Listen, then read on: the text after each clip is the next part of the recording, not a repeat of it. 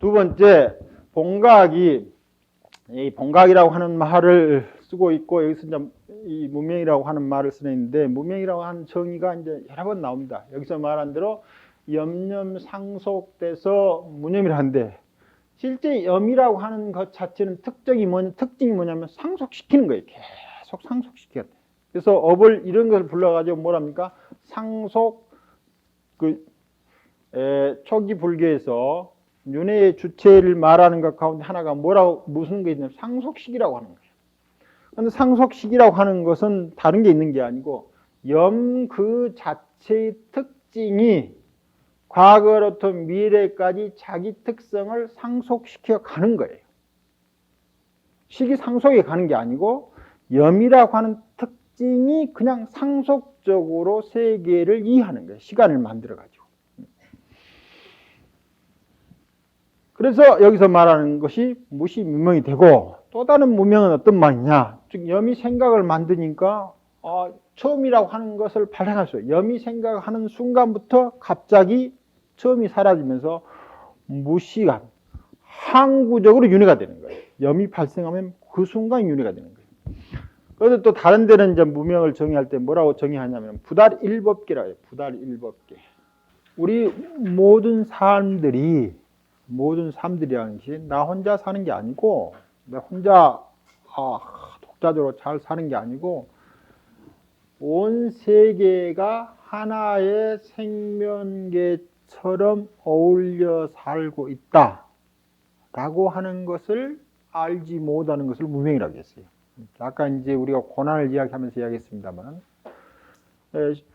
많은 신도분들이, 후원자들이 출가 수행자들을 후원하는 이유는 내가 후원하니까 스님께서 공부를 잘해서 도통하십시오. 저는 아무것도 바라지 않습니다. 이렇게 되면 이 사람이 오히려 도통한 사람이 되는 거죠. 아무것도 바라지 않으면요 도통한 사람이에요. 그런데 사실상 말씀은 그렇게 하시더라도 당신이 잘 도통을 했어. 함께 고난을 나눕시다라고 하는 것이 들어있는 거예요. 그러니까 그런 것이 느껴져야만 문명이 아닌 거예요. 그것이 안 느껴지면은 내가 거룩하게 앉아 있으니까 당신들은 당연히 갖다가 쫙 주고 나는 이렇게 쓰면 그것 자체로 복이지. 그러면 이 사람은 복이지만 나는 박복한 사람이 되는 거예요. 내가 거룩합니까? 후원하는 신도보다 우리가 수행하는 사람이 어떤 면에서 더 거룩하다고 말할 수 있겠어요? 우리가 모든 지금까지 가지고 있는 걸 딱 떨쳐놓고 생각해 봤을 때 내가 더 거룩하다. 내가 저희들한테, 후원자들한테 그걸 정말 할다. 이런 것이 이제 잘 봐야 된다. 그러니까 이 교단에서 습관적으로 내려와가지고 당연시 되어졌던 것들에 대해서 우리가 잘 생각해야 되는 거예요. 그래서 그들이 복을 바라는 거거든요. 복을 줘야 돼요. 그래서 승려를 뭐라고 하느냐면은 복전이라고 그래요. 복전. 그래서 승려는 복받칩니다. 그래서 이제 이 신도들이 승려들한테 무엇을 이렇게 후원을 해가지고 복의 씨앗을 심는 거예요. 그런데 수행자들이 이 밭이 황무지가 돼 있으면 신도들한테 미안하죠. 복밭이 안 되죠. 이 복밭을 잘 가꿔야 되는데, 그러면 이 복이라고 하는 것이 무엇인가? 우리가 이제 일상의 복들이, 우리 아들, 딸 좋은 학교 가십시오 라고 기도를 해도 우리 아들, 딸 행복하십시오라고 하는 기도를 예를 들면 안 한다 이 말입니다. 아들, 딸이 중고등학생 지나가지고 공부를 열심히 하십시오. 그 이유는 뭐냐면은 좋은 학교 가십시오라는 말이죠. 그러면 행복할 거라 생각해요. 그러면 정말 좋은 학교 가는 사람들 삶이 다 행복하느냐? 굉장히 막연한 거죠.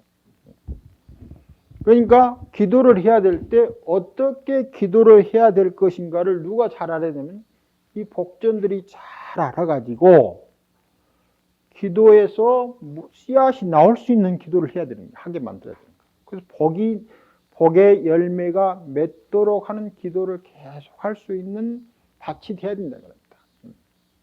그래 놓고 우리가 막 기복불기 하면 안 됩니다. 기복불기 해야 돼요.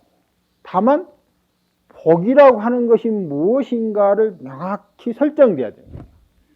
우리가 지금 하고 있는 기도들이 그분들이 복에 대한 개념 설정이 잘못된 것이 문제지. 복을 제대로 잘 하면은 한 사람이 행복해지면 그 주변 사람들이 여러 행복해지는 거예요. 그래서 복은 행복을 담보하는 많은 삶의 방편들이니까 열심히 복을 비는 기도를 해야 되는데, 이 복을 잘못 설정해 놓은 거예요, 복을. 그러니까 우리가 표현할 것은 내 복밭에는 그 씨를 심지 말고 정말 잘 필 수 있는 씨앗을 심도록 인도하는 그런 역할을 할 뿐만 아니라 내재적으로 그런 씨앗을 받으면 내가 그 씨앗을 잘 키워가지고 해양하도록 해야 되는 그런 마음을 갖는 것을 뭐라 하냐면은 일법계를 통달했다. 이게 모든 사람들이 행복해지는 것을 함께 추구해야 일법계 됩니다. 그런데 함께 행복해진 삶에 대해서 통달하지 못하면 무명이라고 그래요. 무명. 그럼 내가 앉아서 수행하는 것이 그와 같은 생각이 들어있느냐 말입니다. 일체 모든 중생들이 다 행복해지기를 염하면서 내가 모든 사람들의 복의 씨앗을 낳아 밭에 심었을 때 잘 열매를 맺게 해주는 그러한 것으로서의 삶을 살아가느냐. 그렇지 않으면 무명인 거예요. 실제 그렇게 해서 출가를 하면서 이건 출가한 사람들이 짊어져야 할 무게인 거예요. 이건 출가자들이 짊어져야. 왜냐하면 출가자들은 대신에 의식주를 위해서 노력 안 하잖아요. 그러니까 이런 것이 싫다. 그러면 이제 이 출가 생활하기 어렵죠. 그렇지 않으면 이제 정말 혼자 가서 의식주를 스스로 해결하고 하면은 그 무게를 덜 느끼겠죠. 그러나 우리가 이런 생활에서 후원자를 통해서 살아있는 한 보다 더 많이, 보다 더 강력하니 일법계를 느껴야만 무명이 사라지죠. 무명에 대한 정의가 또 그렇기 때문입니다. 아까 빛에 대한 이야기를 잠깐 했는데 다시 좀 더 하면서 이제 또 이야기를 해보겠습니다.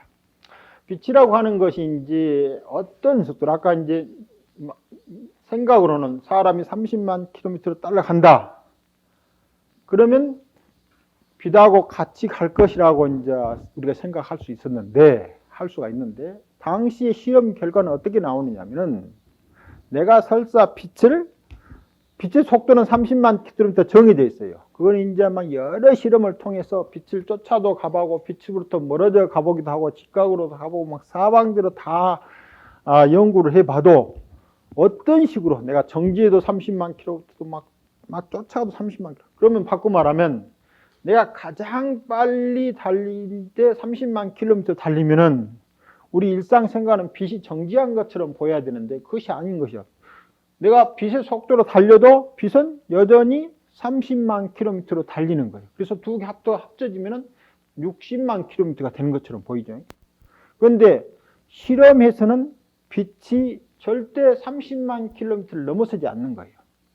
그러니까 빛의 속도, 지구의 속도가 상당히 되거든요. 그래서 이제 30만 해가지고 이제 지구에서 빛이 옆으로 경쟁해서 가면은 빛의 속도가 좀 줄어드는 것처럼 보여야 되고, 지구하고 빛하고 서로 멀어지면은 빛의 속도가 좀 빠른 것처럼 보인다든가, 가까이 가면 빛이 좀 빠른 것처럼 보이고, 이렇게 멀어지면 빛의 속도가 좀 늦은 것처럼 보여야 되는데, 지구에 감측기를 놔두고 빛을 계속 쫓아가면서 해봐도 30만 킬로미터고, 빛으로부터 멀어져 가면서 해봐도 30만 킬로. 그러니까 우리가 어떤 속도로 움직이든지 간에 빛이 항상 30만 킬로미터인 거예요. 자, 그러면 이제 아까 말한 대로 내가 막 빛의 속도에 가까이 가도 빛은 마치 막 60만 킬로미터로 가는 것처럼 보이는데 실제로는 빛은 30만 킬로미터가 아니다 이 말입니다. 상대 속도가 아닌 절대 속도가 되는 거예요. 그러면 내가 지금 막 20만 킬로미터, 30만 킬로미터로 가도 내 앞에 빛은 항상 나한테 30만 킬로미터로 가고 있으면은 여기서 무엇이 줄어들어야 되냐면은 이거 따라잡을 수가 없으니까 이 거리가 굉장히 나한테 멀어져야 됩니다. 그럼 멀어져가지고 또 시간이 이 빛은 1시간 가는데 나도 빛이 30만 킬로미터 1시간 가는 거리도 나도 30만 원 똑같이 1시간을 가면 여기 도달해야 되는데 나는 시간이 점점 느려진 것처럼 가야 돼. 그래야 빛이 30만 킬로미터로 보이는 거잖아요. 그러니까 거리를 재려면 속도 곱하기 시간이니까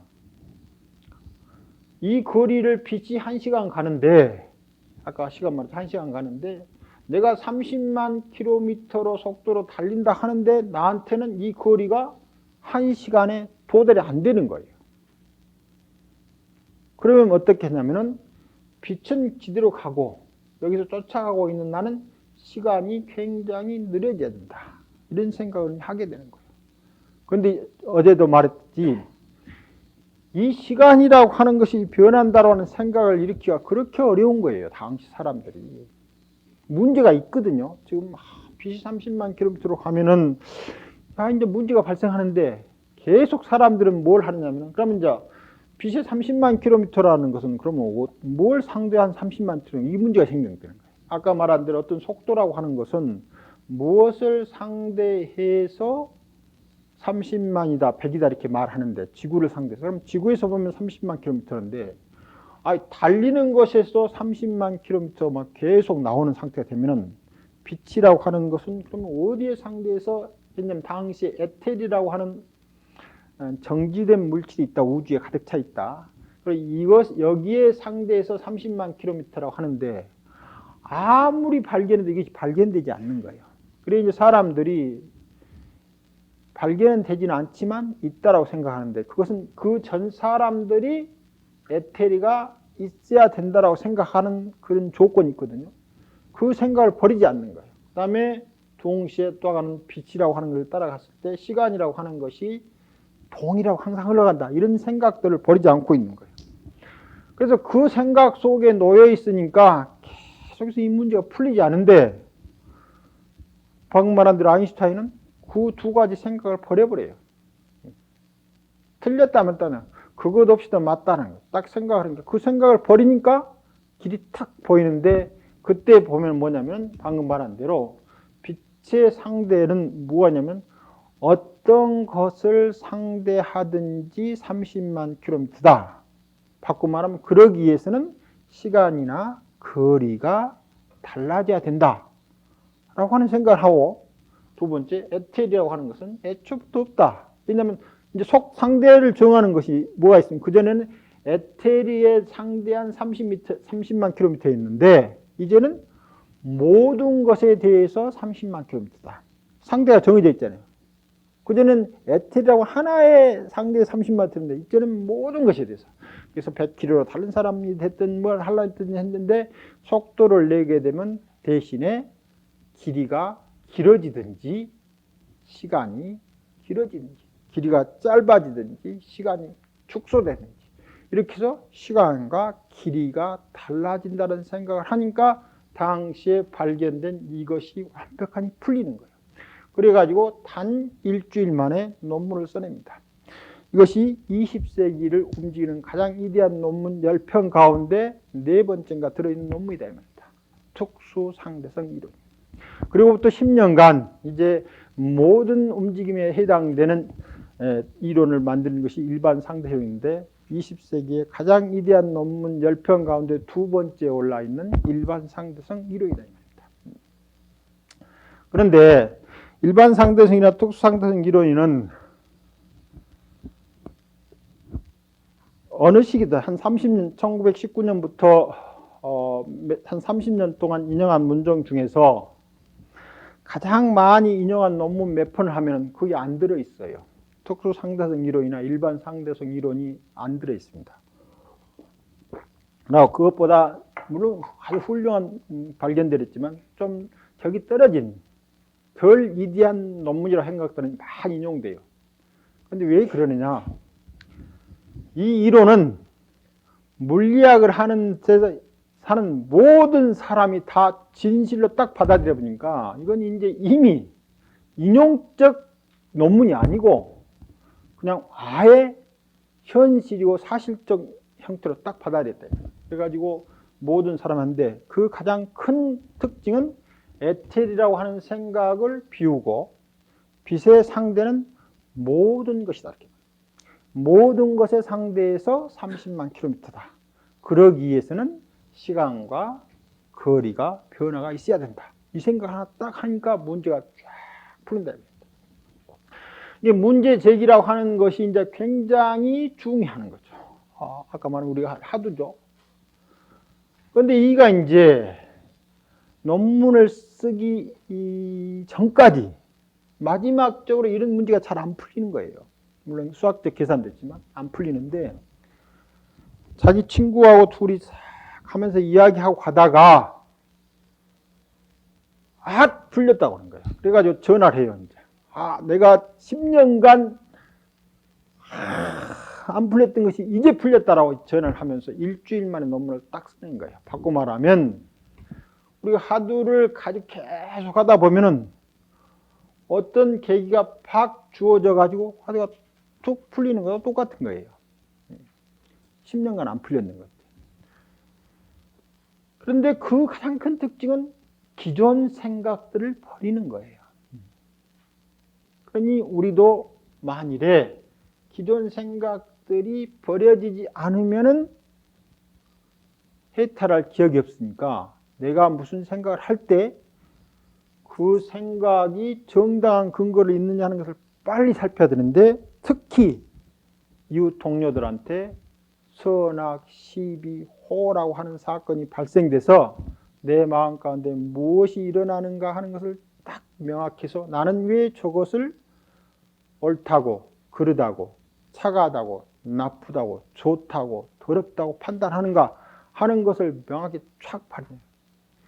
그래가지고 내가 그 판단한 근거를 바꾸고 버리고 또 그 문제는 이런 상황에서만 옳다고 하는 것을 참 정리해 나가면은 점점 무엇이 형성됩니까? 무념이라고 하는 사유를 얻는 데 바탕이 돼요. 그러니까 지금 내가 보는 것이 정당한가? 지금 내가 생각하는 것이 바른가? 내가 지금 말하는 것이 어떤 것인가? 라고 하는 그런 것에 대한 확실한 자기 제기를 해낸다.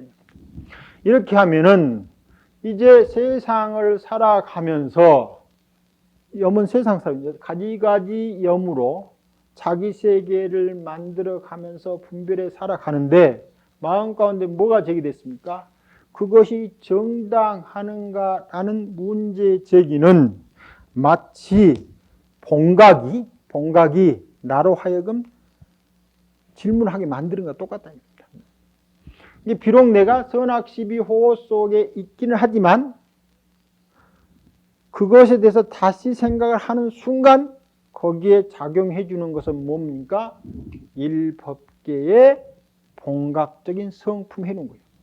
즉 그전에는 이런 일을 하게 되면은 당신 이러니까 안 좋다. 여기엔 둘이 교류할 수 있는 장이 사라져 있잖아요. 나는 왜 저 사람을 저렇게 보고 저 사람은 왜 저걸 저렇게 하는가? 라고 묻는 순간부터 뭡니까? 둘이 어떻게 이 한 장에서 함께 살아갈 수 있는 바탕이 형성될 것인가 라고 하는 모습들이 보이기 시작하는 거예요. 그러니까 뭐가 사라졌습니까? 무명의 힘이 그만큼 사라지는 거예요. 왜 이인은 그랬는가? 그런데 우리가 상담하는 많은 사람들 가운데 가장 큰 중요한 덕목 하나가 뭐냐면 잘 들어주는 거예요. 내가 세상을 보는 방법이 옳다라고 하는 긍정을 해주는 한 사람만 있어도 그 사람은 결코 죽지 않는다고 하셨어요. 그런데 딱 죽은 사람들은 내가 세상을 보는 것을 아무도 인정해서 홀로 서 있는 것처럼 느끼는 경우가 많다 이겁니다. 그러나 누구 한 사람이라도 당신 생각이 옳다 라고 정말 받아주면 그 순간 마음 가운데 있는 그 억누르는 것이 쫙 풀면서 눈물이 쫙 흘리면서 죽고 싶은 마음이 사라지고 더 나아가서 우울증까지 싹 사라지는 거예요. 무엇이? 길을 열어서 들어주는 것. 첫 번째 시간 할 때 뭐라 했습니까? 길을 열어서 들어주는 것이 변지예요. 변지. 그러면 그이가 고민이 많은데 내가 가지고 당신 그렇습니까? 하면 내가 막 이렇게 해가지고 처방전을 전해준 것보다도 그 처방전을 전해준 지혜보다도 그 사람 이야기를 잘 들어준 지혜가 훨씬 더 그 사람한테 무엇으로 작용하냐면 복으로 작용하는 거예요. 열심히 많이 알아가지고 막 해주는 것은 어떤 데는 필요할 때도 있지만 어떤 사람한테는 단지 듣기만 해도 훨씬 더 복으로 작용하는데 그 들어준 것이 뭘 만드냐면 일법계를 만든다. 그것이 무엇이 작용하는 겁니까? 여기서 보면 본각이 작용하는 거다 똑같아요. 본각은 이미 일법계가 되어 있는 상황이니까. 그래서 우리가 비록 분별해서 여러 가지 선악, 시비, 호호 생활 가운데 살지만 그 가운데 항상 본각이 우리 삶을 떠나있지 않아요. 잘 들어주면 그 상태가 무엇이 작용하냐면 함께 사는 삶을 만들어낸다. 그게 본각이에요. 그래서 그것이 지정상이다. 지혜가 청정한 모습이다. 자, 지혜의 가장 청정한 모습은 아무런 염원을 갖고 있지 않으니까 완벽하니 귀가 열려본 사람이에요. 그 다음에 모든 이야기를 인내심껏 가까이 들어주는 거예요. 그래 놓고 이제 질문을 하는 거예요. 그런데 그 질문할 때 그 들어준 사람이 놓치고 있는 부분을 자기가 명확히 알아야 되는 거예요. 그러니까 그게 당신이 틀렸다는 게 아니고 이런저런 이야기들에 대한 상황을 자기가 잘 깨어 있어야 돼. 그걸 깨어 있다 이야기를 들어줄 때 내 이야기를 일방적으로 하는 게 아니고 어떤 이런 서로 이제 특히 이제 그 옛날에는 다 그 선배 수행자하고 후배 수행자 또는 그 수행자 집단하고 후원자 집단들이 이렇게 모여서 그런 이야기를 할 때 교과서 써 있는 걸 읽는 게 아니고 1대1로 앉아서 이렇게 계속 면담을 하는 거죠. 그 면담하는데 잘 들어가지고 그 사람이 살아있는 모든 그 내용들이 싹 들었으면서 동시에 그이가 보지 못한 것들을 다 할 수 있는 어떤 것을 이렇게 던져주는 거예요. 탁탁 던져주는 것이 마치 선종에서 선사들이 그이한테 화두를 똑 던져주는 것과 비슷하다 이 말입니다. 그래가지고 스스로가 그 문제에서 깨어나게 만들어주는 것인데 그 가장 큰 특징이 잘 듣는 거예요. 잘 들으면 뭐가 생깁니까? 본각이 작용하는 거예요. 그러한 것을 뭡니까? 지정상이라는 뭔가 자기 염된 내가 생각된 대로 세상을 보지 않고 그것도 물론 한 가지 방법이라고 생각하는 거죠. 그것에만 의지해서 세상을 보지 않기 때문에 내 얼굴에 내 거울에 특별한 색칠을 하지 않는 거예요. 그런 색이 올 때는 그런 색을 통해서 세상을 보는 것이요. 다른 색이 올 때는 다른 세상을 통해서 세상을 본다라고 보는 것인데 우리는 보통 칠해진 것으로만 보니까 우리 지혜가 청정하니 작용을 안 해요. 그런데 청정한 지혜가 되면 그 인연이 될 때만 그렇게 보고 그 인연이 끝나면 바로 그걸 없애버리니까 거울에 먼지가 남아있을 틈이 없어요. 그게 다 알되 그것은 그 인연차에서만 작용하고 동시에 다른 인연차 되면은 바로 전순까지 알았던 것을 통해서 이걸 보려고 하지 않는다 이 말입니다. 여기서 늘 깨어 있는데 아까 말한 대로 우리가 무념 상태에 이르면 이 몸과 의지 각성이 전혀 달라져 가지고 그런 이야기를 들었을 때 이것이 무엇이다라는 문제를 새롭게 착착착 이해하기 시작한다. 그런데 우리는 보통 지식된 기억을 통해서 여기에 해당되는 지식과 약간 해서 여기서 살아나는데 여기서 일어나는 이 문제가 몸과 마음 속에서 가장 막 절실하게 착 붙여오지 않으니까 해결이 안 되는 거예요. 근데 무념이 되면 될수록 몰라도 해결되는 이유가 그 삶 가운데서 함께 살아가는 행복을 이끌어내는 방법이 드러나는 거예요. 지식을 전달하는 게 아니죠.